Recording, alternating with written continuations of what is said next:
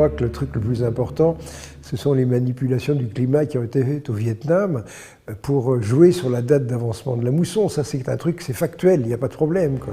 Personne ne remet ça en cause. Il y a même les auteurs de ces choses-là qui ont témoigné, et à cette époque-là, et peut-être encore maintenant, ça implique surtout d'avoir une bonne connaissance de la météo. Et à partir du moment où on connaît bien les mécanismes météorologiques, bien on agit en mettant des substances qui gênent l'apport d'énergie du soleil dans les couches atmosphériques. Et à ce moment-là, on crée des déséquilibres, on crée des inondations, etc. On fait ce qu'on veut, c'est tout. Quand on sait bien où agir et aux bons endroits. Moi, j'ai été énormément lié à l'armée, c'est-à-dire que tout ce que je faisais, il y avait du secret défense à tous les coins de rue, quoi. Et je voyais un petit peu ces gens grouiller. Les grands manipulateurs du climat, potentiellement, sont les militaires. En agissant avec ces micro-ondes, on peut créer des fenêtres dans la haute atmosphère.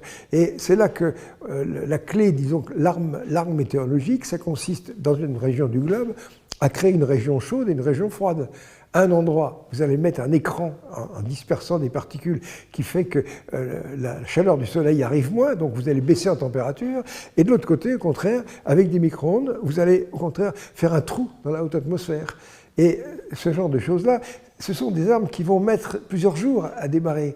C'est-à-dire que si on fait une chose comme ça, ça ne va pas être instantané, on n'appuie pas sur la détente, on dit boum, il va se passer ceci. Non, mais simplement, en injectant de l'énergie, pas tellement d'un côté et en occultant de l'autre, ben on arrive à fabriquer ces différences de pression, de différences de température, puis à ce moment-là, il y a un règlement de compte terrible. À ce moment-là, on fait ces fameuses tempêtes, tout d'un coup, où il y a des vents à 200 km/h, on ne sait pas d'où ça sort. Et ça, on est capable de faire ça.